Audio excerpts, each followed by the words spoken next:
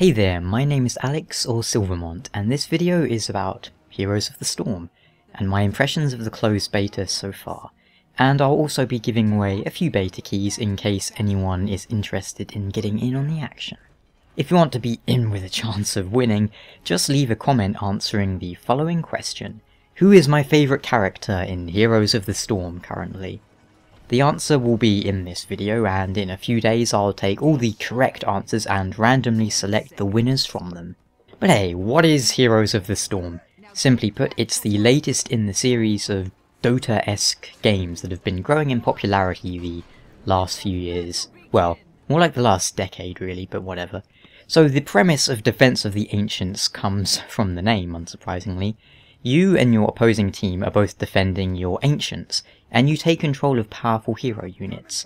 It is, simply put, a single unit, real-time strategy game. Every hero has unique abilities and strengths that they bring to the table as you fight to push your way into the enemy base and destroy it. The original Defense of the Ancients was a mod for Warcraft 3, and recently we've had, what do we have, Heroes of New Earth, League of Legends, Dota 2, Heroes of the Storm, and all these other games I can't remember the names of. But they're all based on the same concept. The genre is arguably the biggest example of free-to-play games that actually work.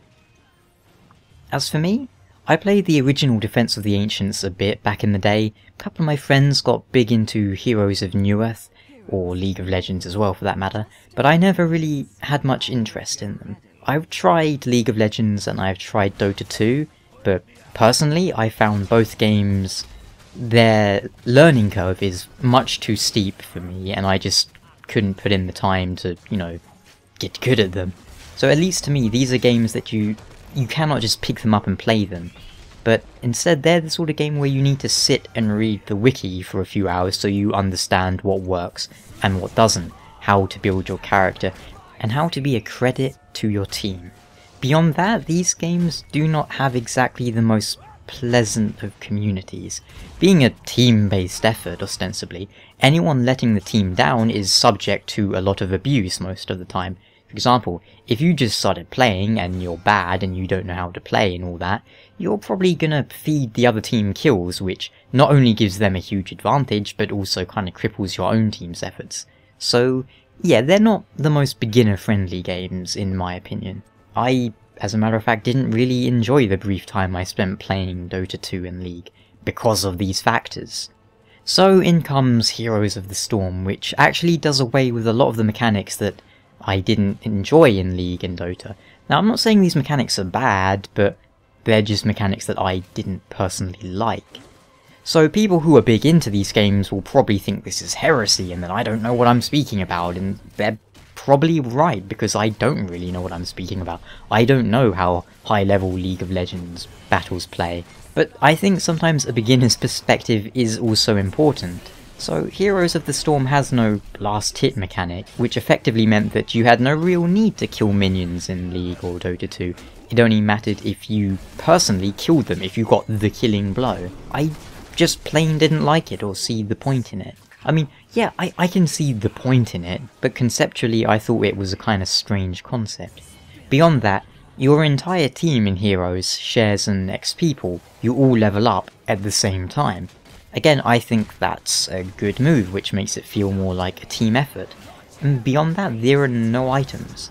In League and Dota 2, a large part of the meta comes from which of the many items you buy and equip to your characters, and in what order. So you have to go, get the gold, then go back, buy the items, and so forth.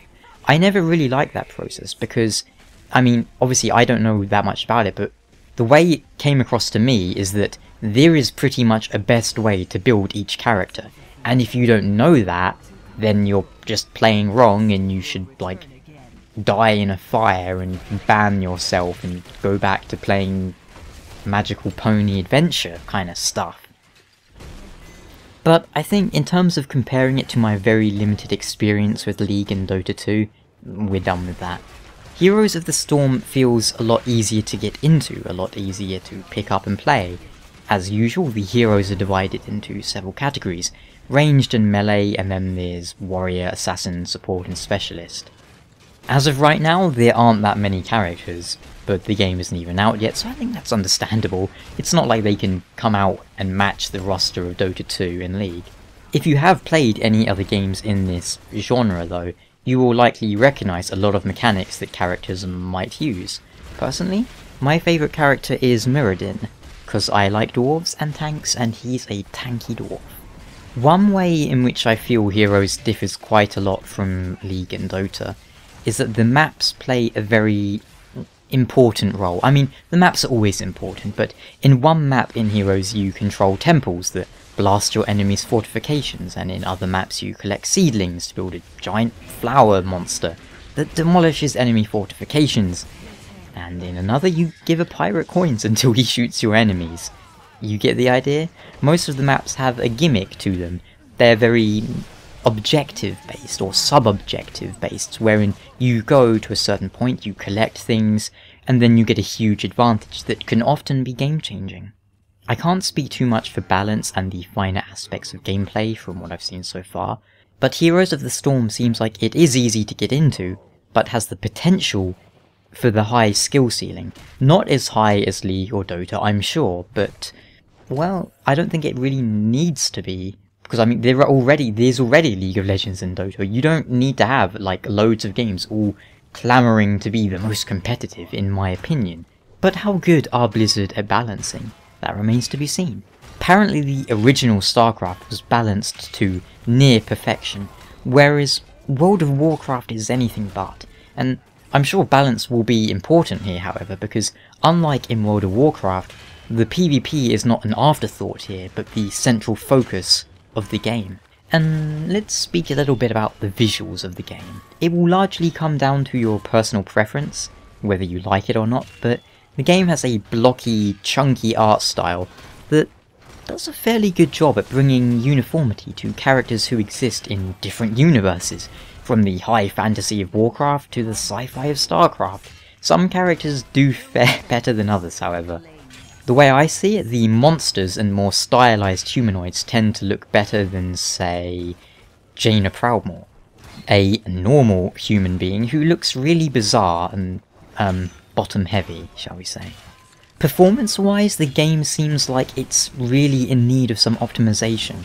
I think it runs on the StarCraft 2 engine, so I'm not entirely sure, but I experienced a lot of frame rate issues, whether I was running on medium or ultra, and the game suggested ultra to me, which implies to me that a lot of optimization is needed before the game is performing perfectly, as whilst it's a fine looking game, it should be running far more smoothly than it is, considering the graphics are not really all that advanced, and this is a genre of game that is well known for being scalable, running well on old systems as well as new systems.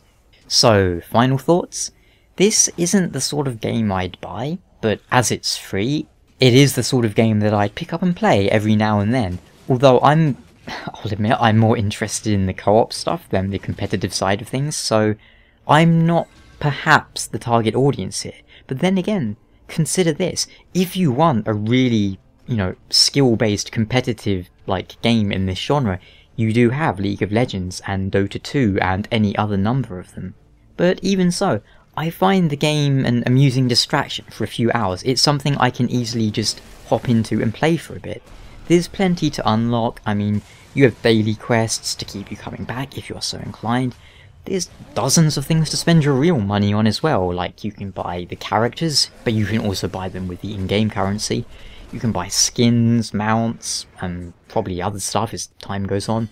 But importantly, I don't think so far that it's pay to win. Obviously, if there's a really good character, someone can probably buy him, but you can also buy him with the in-game currency. Whereas I believe Dota 2 probably has the best model as far as I can recall, wherein you can play as any character, but the only things you can buy are purely cosmetic things. But then that's Dota 2 run by Valve, so who knows. But I think that about does it for me. I hope this was at least somewhat interesting or helpful to you. I'm sure there's dozens and dozens of videos from people who have mastered Defense of the Ancients, who are like professional League players, but this is a more casual look at things, because for me, League and Dota are too hardcore for me to get into. I just want something that I can play now and then, and I think Heroes of the Storm works quite well for that. In case you've never heard of this genre of game, hopefully this video was helpful in explaining that.